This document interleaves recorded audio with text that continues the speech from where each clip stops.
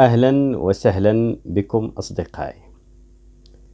هل أتاكم حديث من خرج من المفاوضات بصفر إنجاز وقدم خدمة مجانية للوزارة بتنزيل النظام الأساسي الجديد، والآن يريد أن يطلعنا على مستجدات الحوار القطاعي وكذلك على الآفاق النضالية؟ والله إلى حالة النقابات يدمي القلب صراحة.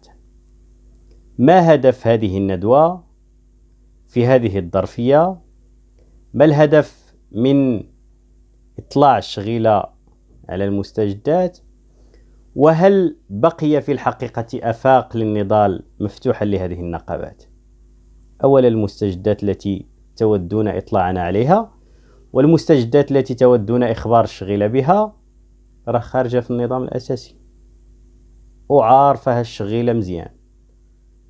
المستجدات اللي جات بمهام للأستاذ وعلنت عليه الحرب بالعقوبات وتم استثناؤه من أي تعويض، المستجدات تعرفها الشغيلة جيدا. شو بغيتي تقولوا مثلا في هذه المستجدات؟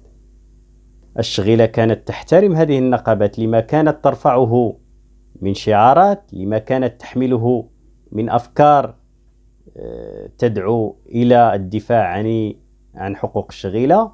ولكن المهزلة بدأت يوم أن وقعت اتفاق 14 يناير دون أن تعرف أنها بذلك التوقيع ستشارك في جريمة الإنهاء مع المدرسة العمومية. نهار وقعتي واتفقتي مع الوزارة أن المفاوضات ستكون سرية، أنت كنقابة عندك واحد التاريخ يحترمك الجميع، لماذا قبلت مثلا بالسرية؟ واش حنا كنسرقوا؟ فالنقابة تفاوض من أجل حقوق الشغيلة، من أجل الحقوق المشروعة. هنا فين عرفنا بأنه هاد النقابة ولا غيرها بقي منها الاسم فقط. نهار المصادقة على النظام الأساسي ما دارش ندوة، كل شيء التزم الصمت، ما دارت حتى شي ندوة. نهار المصادقة كانوا كيحاولوا يشوفوا رد فعل الشغيلة التعليمية، هل ستنتفض هذه الشغيلة؟ هل ستستجيب لحيلة النظام الأساسي وتصفق له؟ فلما وجدوا أنه الكل قد أجمع على التنديد بهذا النظام الأساسي الجديد، خرجوا فأعلنوا أنه النقابات ترفض النظام الأساسي. طبعا التنديد والرفض يبقى على الورق وفي البيانات. والآن بعد أن أعلنت بعض التنسيقيات أو جل التنسيقيات عن برنامج نضالي يمكن أن يكون موحدا ونحن نتمنى ذلك، خرجوا عاود وغيعقدوا ندوة باش يشرحوا لنا أفاق النضال والمستجدات.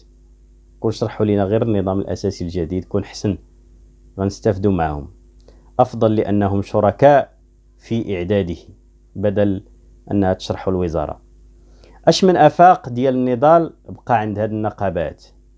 الآن الشغيلة تجاوزت هذا النضال من داخل هذه النقابات، هذه حقيقة. الشغيلة كلها لم يتم الاستجابة لمطالبها. نبداو بملف المتقاعدين اللي ما دار فيه والو، ضحايا النظامين المتعاقدين، ملف خارج السلم، ملف حامل الشهادات، الزنزانة 10، العرضيون، المساعدين الإداريين والتقنيين. حتى شي فئة ما استفدت في هذا النظام الأساسي الجديد، وحتى شي فئة ما تحلها المشكل ديالها. لم يعد من أفق للنضال لدى هذه النقابات. الشغيلة تقول الآن لا للنقابات لأنها أخلفت وعدها معها، لأنها لم تكن في مستوى تطلعاتها. دابا ما يوجد في الساحة هو صوت الشغيلة، صوت التنسيقيات، صوت أصحاب الحق الذين خذلوا لعقود. الشغيلة الآن تبحث عن الكرامة ولم تعد قادرة على أن تلدغ من الجحر آلاف المرات. يكفيها ما عانته مع النقابات لعقود من الزمن، يكفي في الحقيقة ما انتظرته لعقود لحل ملفاتها فأصيبت بخيبة أمل وبالإحباط. يكفيها كل هذا. والنقابات أخلفت الموعد وقدمت الشغيلة فريسة لهذا النظام الأساسي. إذن لماذا كل هذا الإصرار على العودة مرة أخرى؟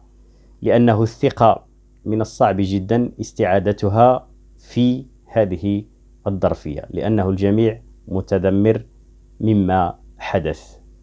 كل الشكر والتقدير لكم جميعا.